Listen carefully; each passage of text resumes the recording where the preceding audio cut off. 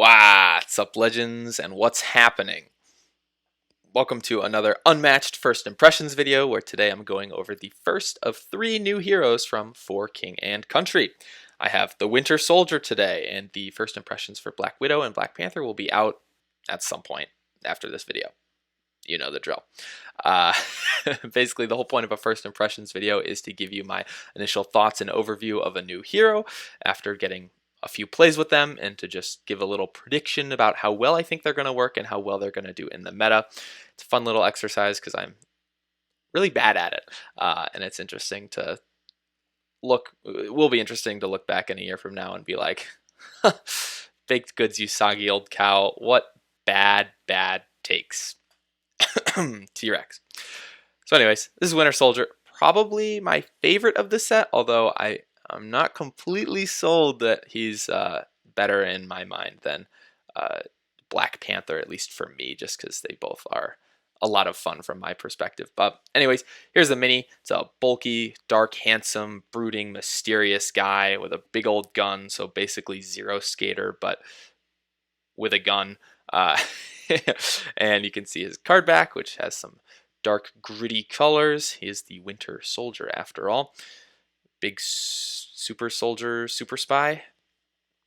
All I know is the MCU version of him, which I don't know how accurate that is. I love that he's like coming out of the star. The star's everywhere in this deck. Just get ready. But yeah, so the Winter Soldier. So ranged, 15 health, move 2. Solo hero. Range on a solo hero is good. Move 2 on a solo hero is not. Hence, he's ranged. He also has a gun, so it would be weird if he was melee. 15 health is a little bit on the squishy side, and his blocks aren't incredibly amazing, but he hits like a truck, so I think you just have to hit your opponent harder than they can hit you. I think your health is a little bit of a liability, but you just make your opponent's health more of a liability, then it doesn't matter. And that's Unmatched for you. Winter Soldier is brainwashed by Hydra, so effects on his cards cannot be canceled, which is a really good ability on paper. Harkening back to the old Fobble and Cog days, Sherlock Holmes' ability says effects on Holmes and Watson cards cannot be canceled. So this is kind of like a universal application of that ability. Basically, every single one of your cards can't be canceled. Remember when I said Winter Soldier hits like a truck? Well, he's got some big values and some bad effects, because turns out that Hydra brainwashing wasn't entirely gluten-free.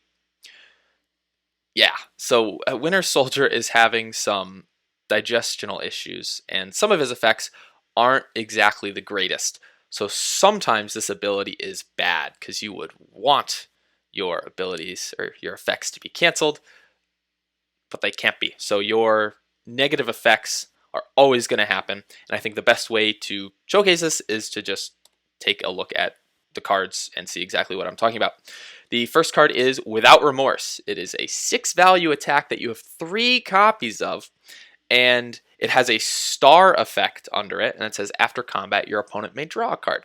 So the star effects in your deck are all basically bad effects. And remember, your effects can't be canceled, so your opponent is always going to have this option when you play this card. It's a log though, so it's 2 to 3 damage, which is really good.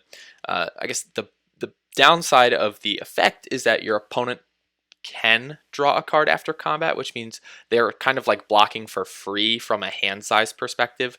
Basically, their hand size is staying the same before and after combat, which can put you in a little bit of a tricky situation, like card advantage wise, especially if you're on the lower end of cards after you play this card and your opponent is not, their hand size isn't getting pressured. But overall, it's still a 6. And I think the card draw most of the time doesn't really make it hit less hard. The next card is Bionic Arm. This is a 2 value attack that you also have 3 copies of, and it says during combat, if Winter Soldier is adjacent to the opposing fighter, the value of this card is 6 instead. So your effects can't be canceled. So this is like Long Have I Sought You from the Huntsman,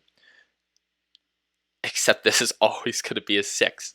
You have 3 copies of this, so you basically have, we're starting off this deck with 6 printed 6s. Of course, this isn't a printed 6, but like you're not going to play it from range. You're going to play it when your opponent comes up next to you and tries to snuggle, and you say, no, I've got my bionic arm, and you're going to smack them. That effect never being able to be canceled is incredible. But then we have a star effect. After combat, your opponent moves each of their fighters up to 5 spaces. So that's kind of like a free, I've hunted most things that can hunt you from Muldoon's deck. Just moving all of your fighters 5 spaces is crazy, especially if you have more than 2 fighters. So as a solo hero, I can see this being potentially devastating against a character like Muldoon that has a lot of people to move around. But if it's just like a normal game where you're playing against a hero with a sidekick, it's not too bad. But usually you're going to be playing this when you're adjacent to someone and they're going to use it to run away. So this isn't the first attack I would throw out if you're planning on attacking someone twice in one turn. But we're starting off this deck very, very strong with basically 2 6s. Yeah. The next card is Marksman. So if Bionic Arm is an anti-melee tool, Marksman is kind of like an anti-range tool. Well, the fact that you have a ranged 6 that you can throw out is anti-range enough. But Marksman is a 1 value attack with 3 copies, and it says during combat, add +1 to this card's value for each space between you and the opposing fighter along the shortest path. So we're seeing that Winter Soldier is good from close up and from range, because the farther away you are from your opponent, the higher this card's value can get. And remember, you're brainwashed, so this effect cannot be canceled. So this can very consistently be like a 4, which is very respectable to throw out from range. And on maps like Yukon or Sarpedon, I could see this getting even higher. This isn't super great against melee fighters just because they are going to try to be up close and personal to you. And if you're playing this adjacent to them, it's a 1. And if you're starting your turn adjacent, then you move and then attack with this, it's a 3, which isn't good. But in those range matchups, I can see this coming into play a lot more often, especially when your opponent is trying to keep their space because of Bionic Arm. But I love this card. I just wish it was in Bullseye's deck. The next card we're going to talk about is Program to Kill, which is a 4 value attack that you have 2 copies of, and it says Star Effect. After combat, if you won the combat, take 2 damage. This card is not good at all. I needed to do something with my hands for emphasis, because I've played as and against Winter Soldier 6 or 7 times at this point, and I think I've seen this card played once because it is just horrible. Basically, 4 value attacks, probably going to win the combat, especially in certain matchups like Bullseye and Angel and Robin Hood, where your opponent cannot block for more than 3, although Bullseye has Arrogant but Effective, so maybe not the best example. But basically, there's some matchups where you're always going to win with a 4, and in most matchups, probably going to deal at least 1 damage. So if you're winning the combat, then you get to take 2 damage after combat. Not a good trade if you're just dealing 1 to take 2 yourself. And remember when I said that 15 health, kind of a liability for you because you're very squishy? I don't think you can afford to be trading health with Program to Kill, especially if you're only dealing 1 damage. That's horrible value for you. And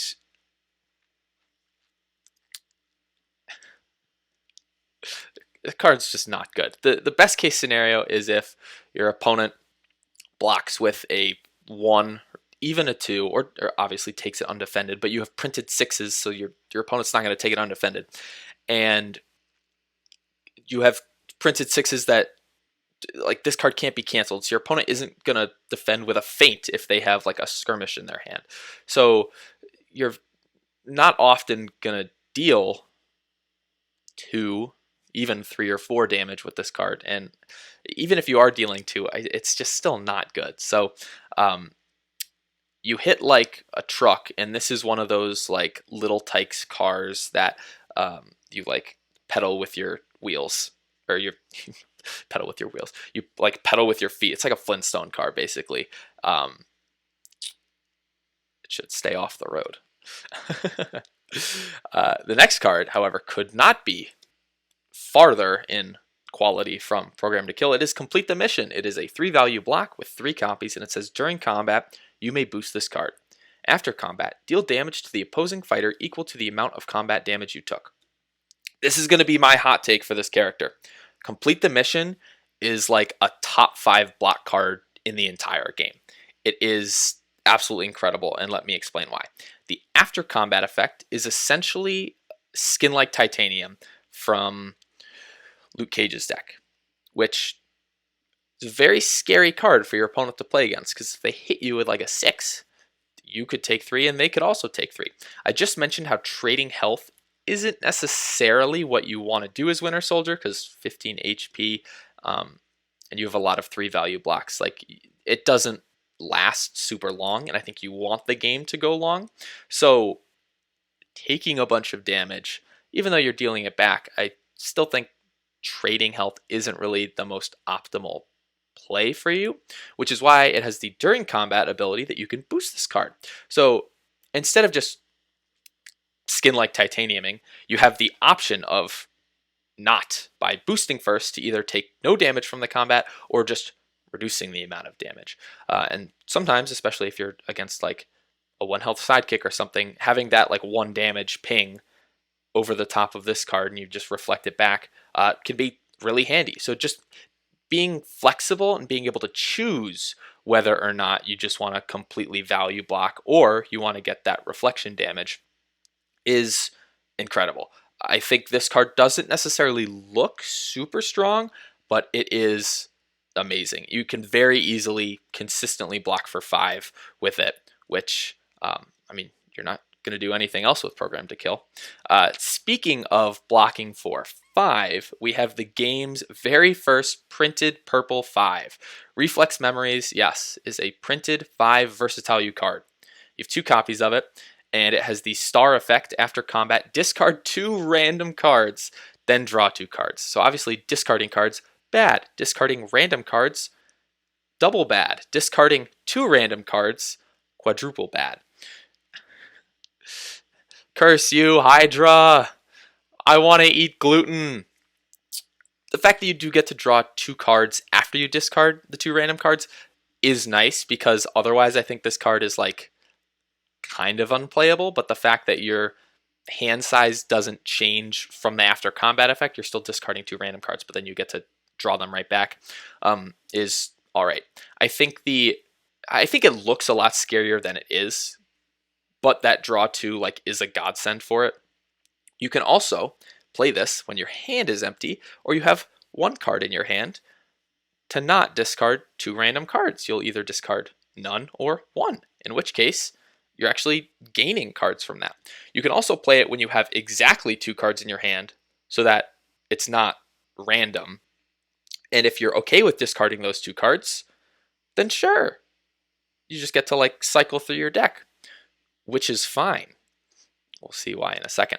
So this is just like a very strong block. I did say his health is a liability, but he has basically 5 ways to decently block for 5. And the fact that you can kind of save this for when your hand count is low because you know the effect can't get canceled makes it also a lot stronger. So it's just the random discard is going to be scary, but you do have a way to mitigate that. I think you should be very comfortable playing that card as an offensive option or a defensive option. The next card we're going to talk about is Born in the Barracks, which is basically Distracted Triage from Jekyll and Hyde's deck. Just says if you won the combat, Winter Soldier recovers 2 health. It is a 3-value versatile. You have 2 copies of it. I don't want to say this card is bad. I just want to say it is lying to you. it's giving you false hope. It's just going to lead you down the path of disappointment because let's break this down. You have a bunch of sixes in your deck to like hit with offensively. And if it's not a 6, it could be a 4 from range, or it could even be a 5. So your opponent probably doesn't want to block for a 1 or 2 if they can help it. So Born in the Barracks, probably not going to win on offense. You're a little bit squishy, and 3 value blocks, probably not going to win on defense. That's why Skirmish is a 4 and not a 3, because if it was a 3, you would rarely get to move anyone. And so when your opponent is hitting you, they're probably going to want to hit you as hard as they can. So you're probably not going to win combat on defense with this card either, which I think is a little bit of a shame because you would like the extra health, but you do have some 5s on defense. And worst case, or I think best case scenario, is your opponent is playing a bait attack, trying to get like a reflex memories out of your hand by playing like a regroup or a 4-mana next trick, and you can just punish them by blocking with this and healing. So I think most of the time this is just going to be a blank 3. I think you should just be okay with that, and if you ever get the healing, you should just be like, oh, what a surprise. I didn't expect this, and not expect to get that effect off again for like another month after playing this character. The first scheme I want to talk about is Manipulation, which is probably my favorite card in the entire deck. It has a boost value of 3, mind you, so you can get Complete the Mission up to a 6 on defense. Very nice. Manipulation, you have 2 copies of it, and it says draw until you have 5 cards in your hand. Star effect, each opponent may draw until they have 5 cards in their hand. So this allows you to be very aggressive and just chuck 6s at your opponent with reckless abandon, play Complete the Mission, boost it, get your hand down low, and then just get yourself manipulated and draw 5 more cards back up to your hand. The star effect isn't actually that much of a downside in what I think most of your top tier matchups are going to be.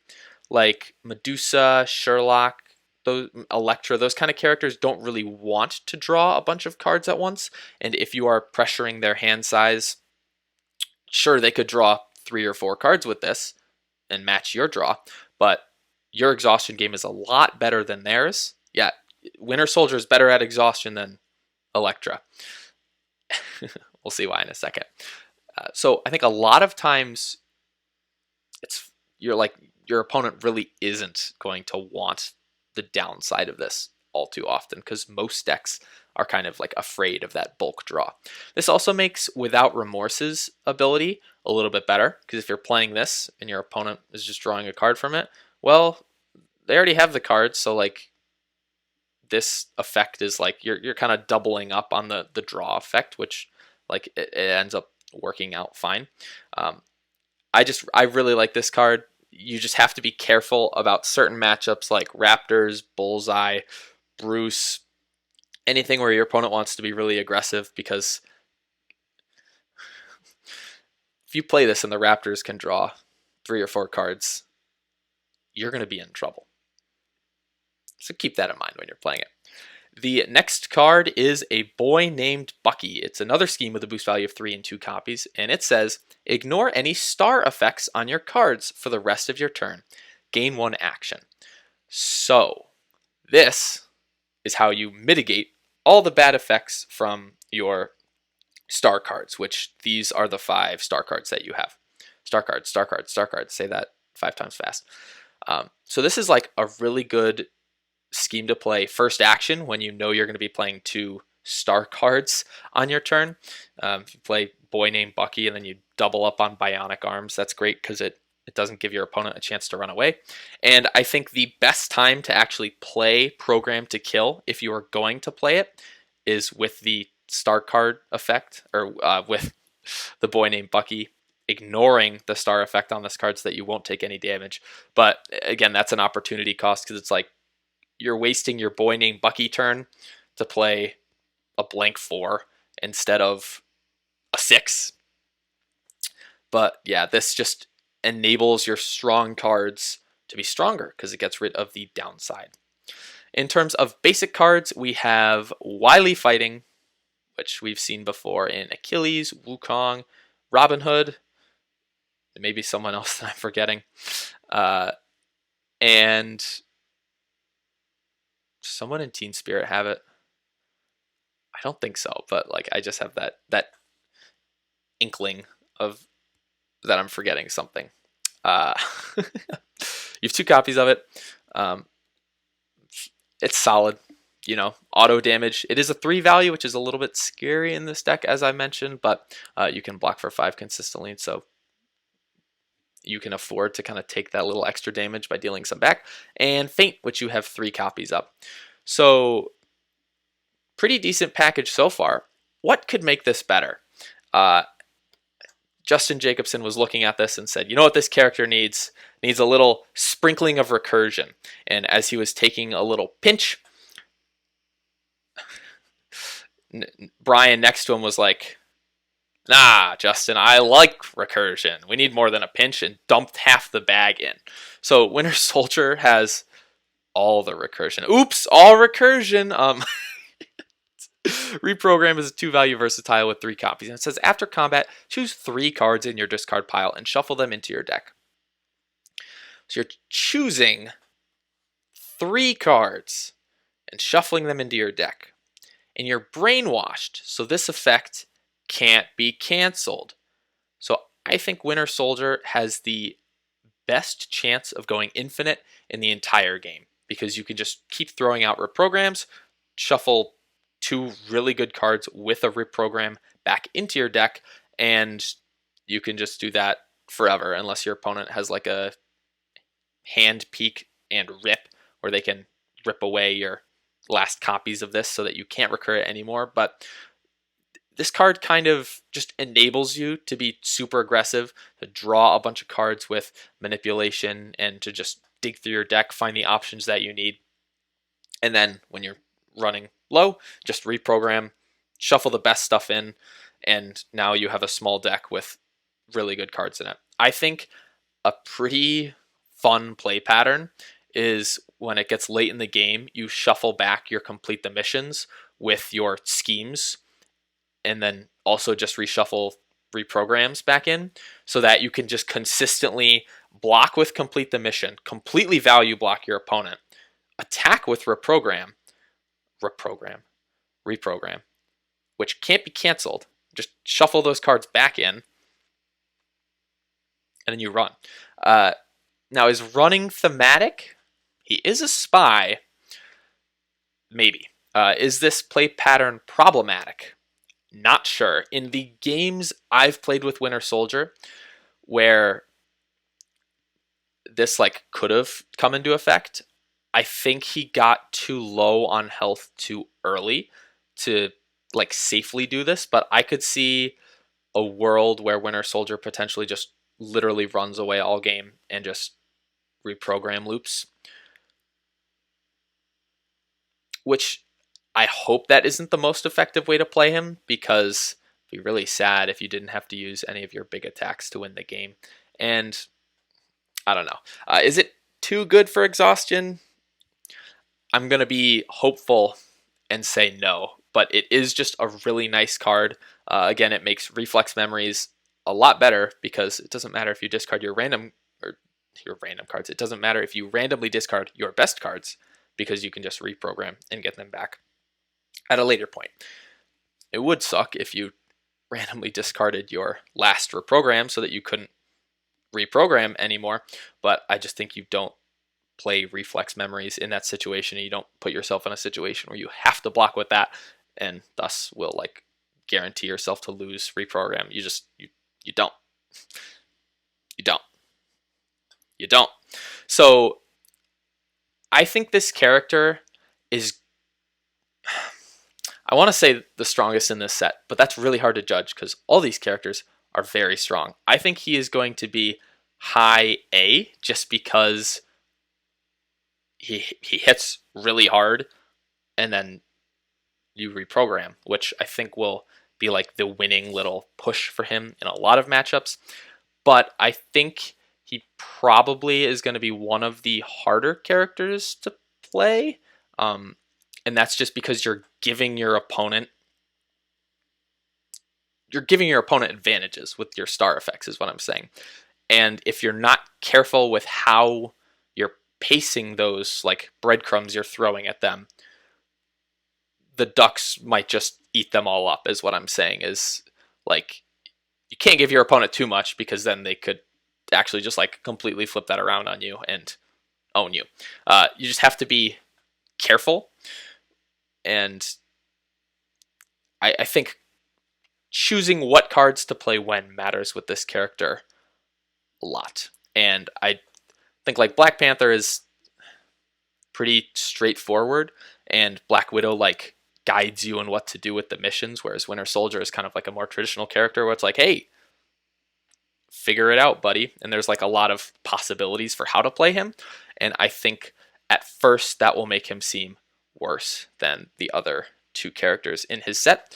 But overall, he's probably my favorite of the set. I think Black Panther and boosting like seems like it would be right up my alley, but I'm drawn to the draw. I'm drawn to the lack of empathy. This is just like the ideal character traits that I'm looking for in my Unmatched character. Feels like a dating app, but Winter Soldier, where are you? Anyways, those are my first impressions of Winter Soldier. Let me know the vibes you get from this masked marauder, and let me know how good you think he's going to be, and what your favorite card is, what your least favorite card is, and how well you think he'll be able to actually reprogram, and if he will just smite all those in his way with his big, beefy bionic arms. The definition on that metal arm, Zero Skater could never. All right, anyways, thank you guys so much for watching. Black Widow and Black Panther will be out. They're soon, probably already out. Links will be in the description down below. The link to Restoration Games if you want to purchase the set will be down below at the top of the description. And yeah, that's all I have for this video. I'll see you in the next impressions. So thank you so much for watching, and as always, like, subscribe, and yeet!